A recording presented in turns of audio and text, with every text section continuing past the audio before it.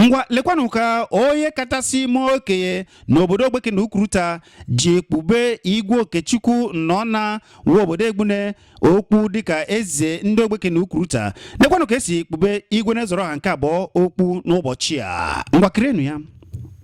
By the virtue of the powers vested on me by the community and the Constitution, hereby ask our Igwe to step forward for the official coronation. Thank you and God bless.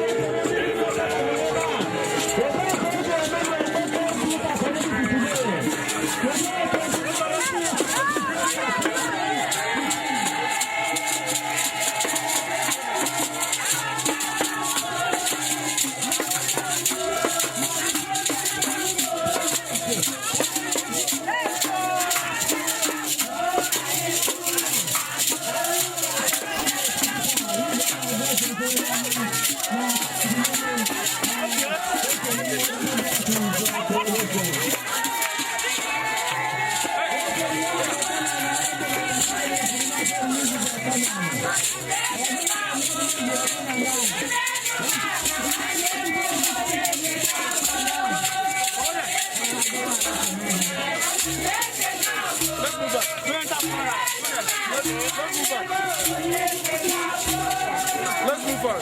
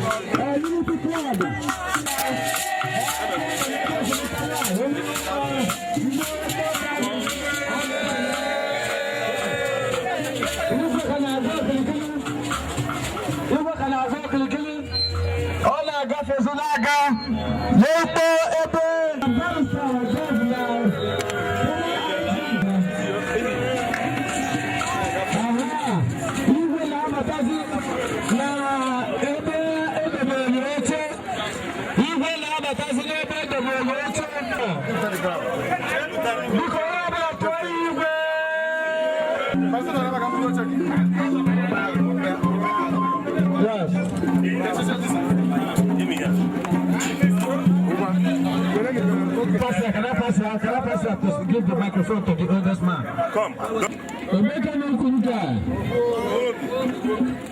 Agbani Yes, sir. Chineke ka mma. Ya tosiki. Anyị nọrọ n'ụra ojekwute anyị. Na dịkwa mma ka anyị teta n'ụra. Wee obi ọma anyị ga-eji wee letata ya bụ ife. Igwe odo. Ụlọ ọrụ ana m ekelekwa ya na ihe ahụ na bụlụ na o mekọtara ọdụkọ ọfọ mana ana m elekwa ya na ọnachitega azụ anyị Ogbeke na Ukuruta were ofe obi wee na-achọ ụlọ ọ ga-eji wee dịrị anyị mma onye ọbụla na-ewe na onye ọjọọ onye mmebi ọ na-ajọpụtakwa anyị na anyị wepụrụ ha niile na anyị na-ekelekwa Chukwu o ji meta wepụtara anyị azụ na ọ gaba obiọma anyị ga-eji were bidokwa ka o chedoro na mbụ ikwuru ya na ọ naghị atafụ na awa ọma Tinubu na ọ bụ ịnọrọ ya n'udo enyi na-arụkwa na ọrụ na-arụ ịma anụkwa wee ndị asịrị na ndị nchịkwu na ndị mmegide isi ga-anọ na ya bụ na ya nọhọ ibe na-ama isi na ọ ga-eyi ihe na ọ bụkwa mmadụ ife ihe ọzọ na-ekwe Chineke niile kere ime ụwa n'ọkwa ya wee anyị niile na-ewe anyị anaghị eje n'ike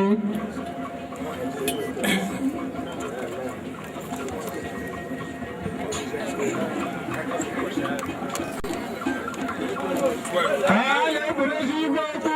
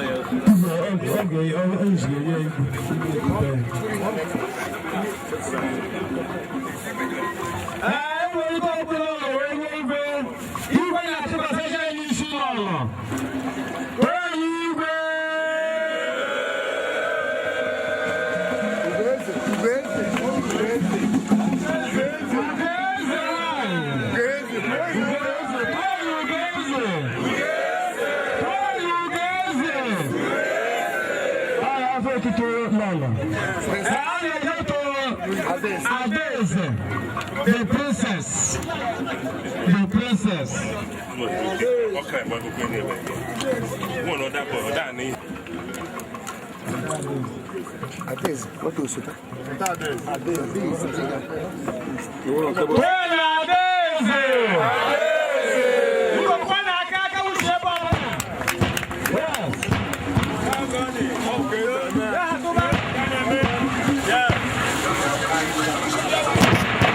Hello? The chief of the Enugu state government, the commissioner This great occasion, Sir Prince Sam Ejiofor Ohamadike, the former Inspector General of Police in Nigeria, Umonna Onuvu. Your Royal Highnesses, it's my pleasure to most sincerely apologize before I start calling your names because some were stepping in as I was also stepping out. But let me start with His Royal Highness Igwe Dr. Chris Ngene. He is the Secretary, Enugu East Senatorial Zone Traditional Rulers Council. Your Royal Highness, we recognize you. We have also His Royal Highness Igwe Samson Nnamani Ohabenyi, We have His Royal Highness Igwe John Ide Nwodo. We have His Royal Highness Igwe Chris Ikenga Nyia. We have His Royal Highness Igwe Okechukwu Nwobodo. We have His Royal Highness Igwe Vincent Ele. We have His Royal Highness Igwe Nwobodo. We have His Royal Highness Igwe Vincent Ele. We have His Royal Highness Igwe Chikodere Agwa Ezedioha the Third of Akebugu. We have other traditional rulers. I had earlier apologized. Let me equally apologize for any perceived breach of protocol because of the necessity of this event, and go ahead to, on behalf of the Commissioner himself, apologize for his absence. He was on his way to this event when His Excellency the Governor of Enugu State called him, and he said I should send his sincere apology to all of you. Have you accepted the apology? Accepted. As I was going through this brochure, I already saw that the Igwe has taken a bold step to initiate a development project. There's no other thing the Commissioner said I should tell him other than that he should focus on ensuring that development is stimulated in this community. That he should ensure the safety of lives and property in this community. And he should equally ensure grassroots mobilization and support for the government of the day. On this note, Your Royal Highnesses, ladies and gentlemen, it is my pleasure to, on behalf of the Honorable Commissioner for Chieftaincy Matters, who is unavoidably absent, who also would have presented this staff of office to His Royal Highness Igwe Okechukwu Nwobodo Ebune as a confirmed, authentic, traditional ruler of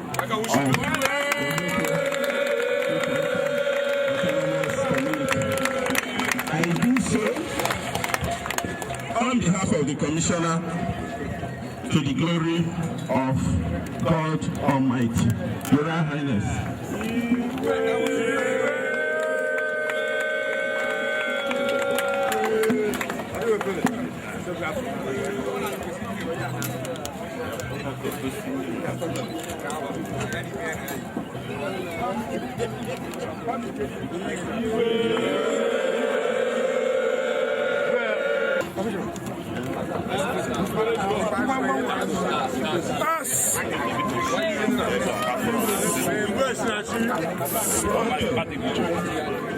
I had earlier apologized, but let me, before we move on, acknowledge the presence of the Honorable Commissioner for Science and Technology, Honorable Greg Nnaji. Honorable Commissioner, please accept our apology.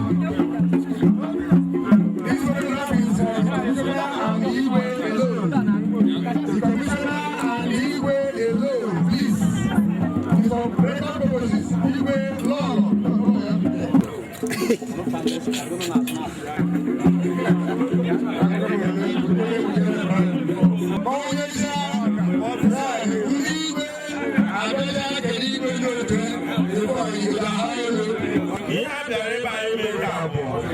His Royal Highness Igwe Okechukwu Nwobodo, ihe eji gosi n'otozuo oke dịka Igwe. Honorable Commissioner ahụ maka chieftaincy, onye kwesịrị inye ya anọghị ebe a n'ihi na o nwere ozi dị mkpa nke o jebere, mana ọ sị ka anyị nọọ Igwe ka ọ gbado anya hụ na mmepe tọrọ atọ batara n'obodo a ka ọ gbado anya hụ na a na-echekwa ndụ na akụnụba ndị mmadụ, ka ọ gbado aka chịkọta ndị mmadụ ọnụ ka e were ike nye gọọmenti nọ n'ọchịchị ugbu a nkwado zuru oke. Ejireta asịza ka Chineke nyere aka dịka a na-enye ya ihe a oge eji mmadụ ya bụ eze tozu etozu. Anyị na-eme nke a na-asị ka Chineke gọzie ya. Everybody get to Ogbeke. Ha ga-erecha igwe.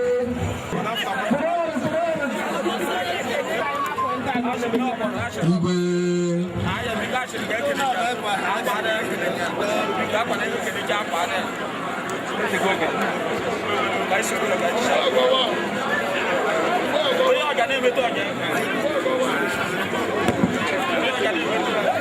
Ana m abụkwala ọlọ ezi ọba Agbani community. Igwe